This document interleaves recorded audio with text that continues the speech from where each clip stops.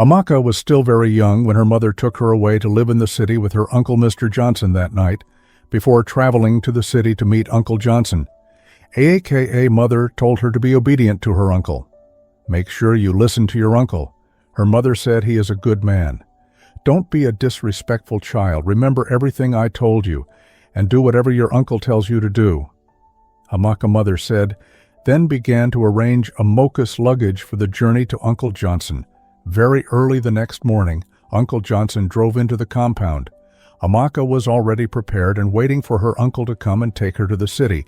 Amaka happily took all her bags into the car and sat down in the car happily while the car engine started.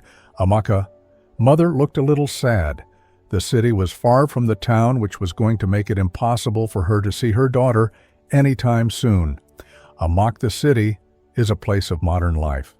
Be wise and don't forget. Everything I said to you, Amaka mother said while waving at the car as it moved out of the compound. Uncle Johnson drove faster to the city. The journey to the city was like a journey to heaven. Amaka enjoyed watching all the different things that they passed through, things she never had the opportunity to experience in her town. As they drove through the city, Amaka saw tall buildings, busy streets, and people from all walks of life. She was amazed by the sights and sounds of the city. Uncle Johnson noticed her amazement and smiled. You will get used to the city life. Soon, he said, it's a place of opportunities and challenges. Amaka nodded, taking in every word. They finally arrived at Uncle Johnson's house in the city. Amaka was so shocked to see the big mansion her uncle was living in after taking her luggage inside.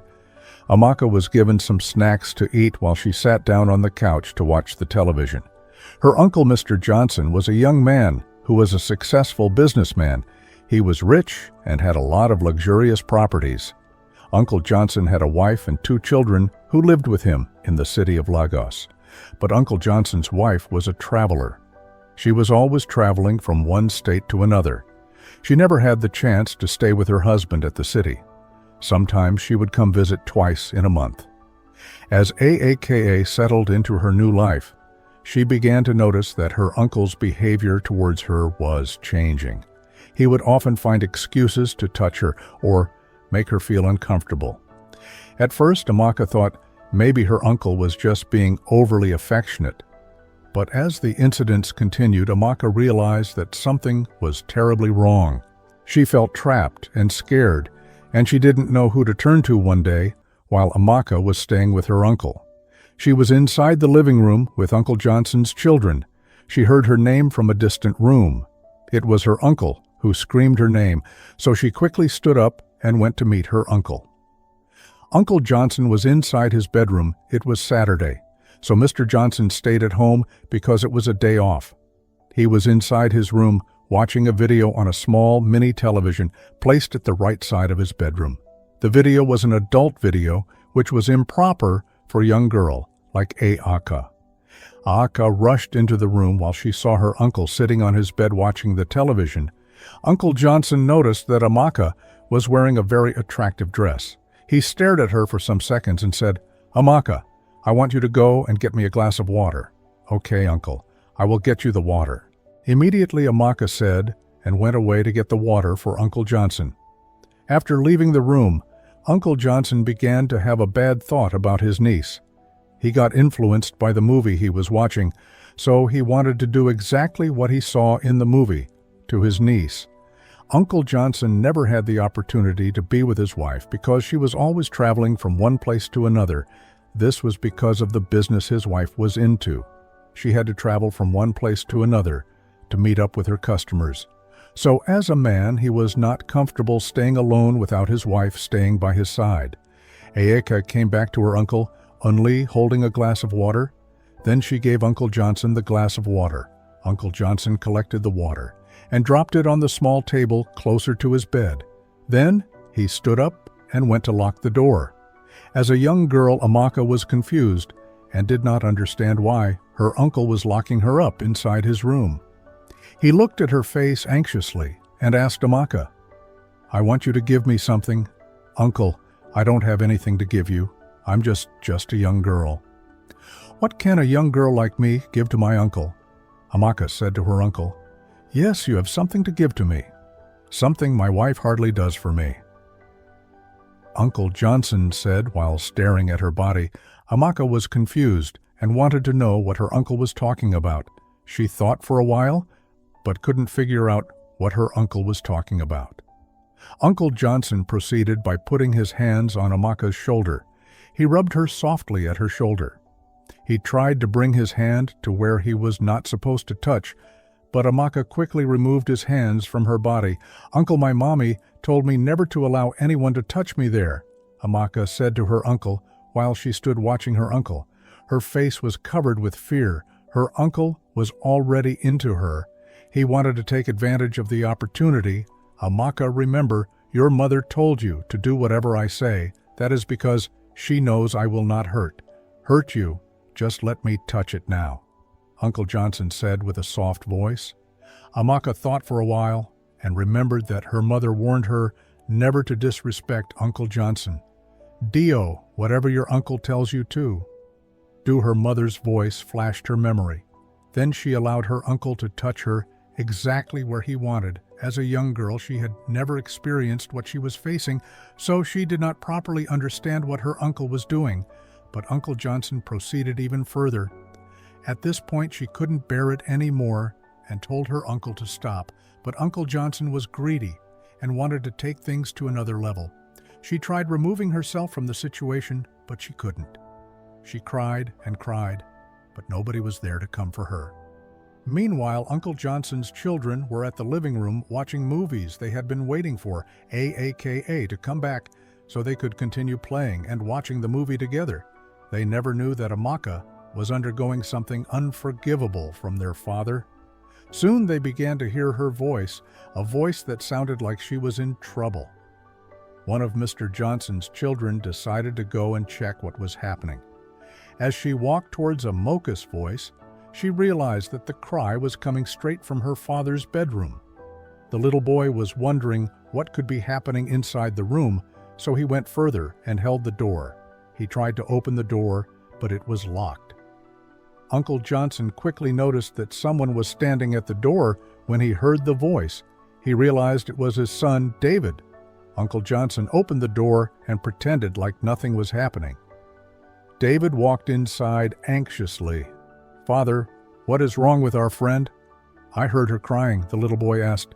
"Don't worry, David. Your friend had an accident while she was bringing me a glass of water.